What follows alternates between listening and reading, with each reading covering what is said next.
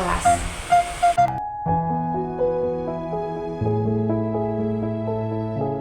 Pernah nggak sih kamu ngerasa, aku udah kerja keras, tapi kenapa ya masih gini-gini aja?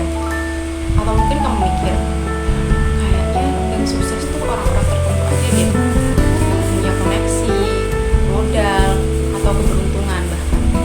Tapi gimana kalau aku bilang bahwa kunci sukses itu bukan ada di luar sana, tapi ada dalam pikiran kamu sendiri. Nah, ada satu buku legendaris yang katanya bisa bantu kamu buat menarik kekayaan. Literally judulnya Think and Grow Rich. Nah, buku ini itu ditulis sama Napoleon Hill tahun 1937. Iya, udah tua banget. Tapi jangan salah, karena isinya itu masih relate banget sama zaman sekarang. Buku ini tuh bukan cuma buku motivasi biasa, teman-teman. Jadi buku ini tuh lahir dari riset selama 25 tahun dan juga wawancara lebih dari 500 orang terkaya di dunia.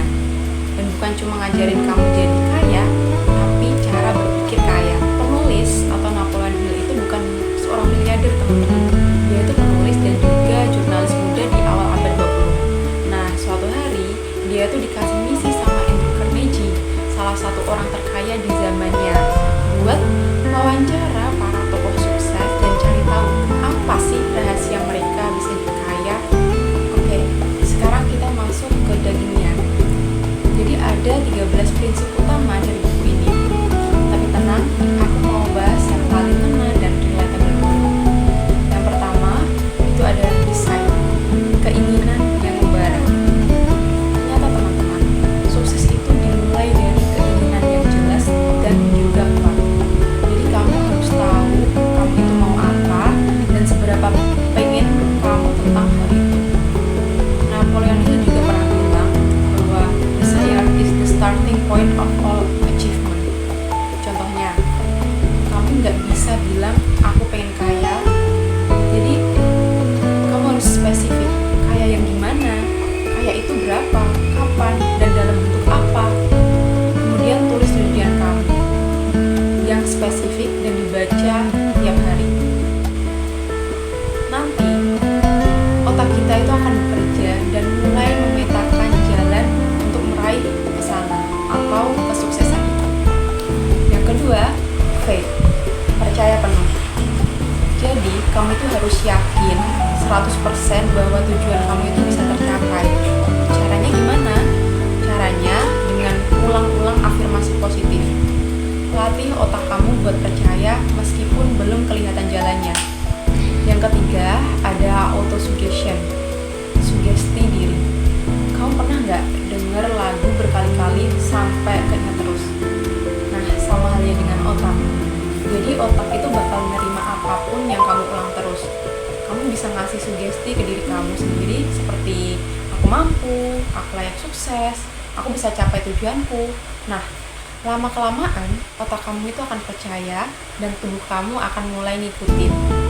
Yang keempat, ada imajinasi. Nah, gunakan imajinasi bukan cuma buat ngehalu, tapi buat nyusun strategi dan juga inovasi. Yang kelima, ada organize planning, rencana yang tertata. Nah, mimpi yang besar tanpa rencana itu sama aja kayak angan-angan. Jadi kita perlu nge-breakdown impian kita jadi langkah-langkah kecil.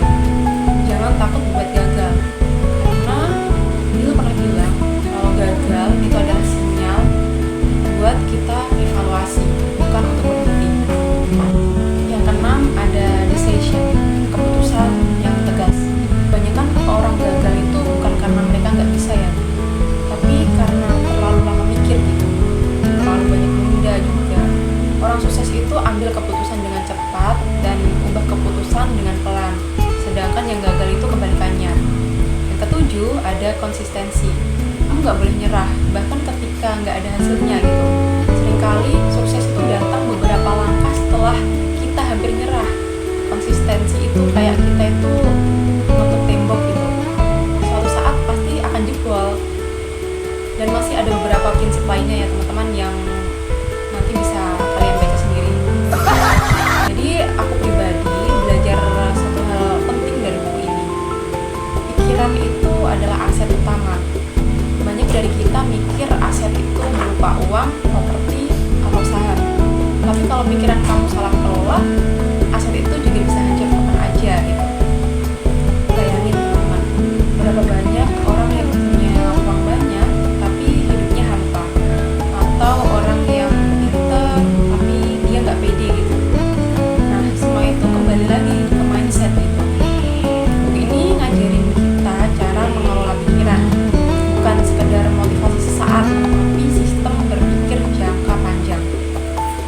Di zaman sekarang, kamu bisa praktekin prinsip-prinsip yang ada di buku ini, itu seperti journaling, vision board, komunitas belajar, meditasi, atau juga bisa kursus online buat ningkatin spesialis knowledge gitu.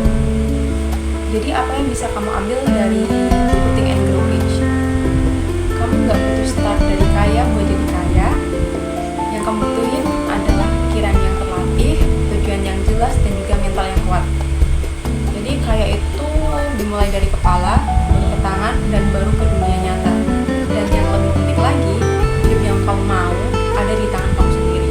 Semua orang bisa sukses, tapi hanya yang berani berpikir dan bertindak berbedalah yang bakal nyampe duluan. Kalau kamu suka video ini, jangan lupa like, komen, dan subscribe. Dan sampai jumpa di naik kelas selanjutnya. Bye-bye.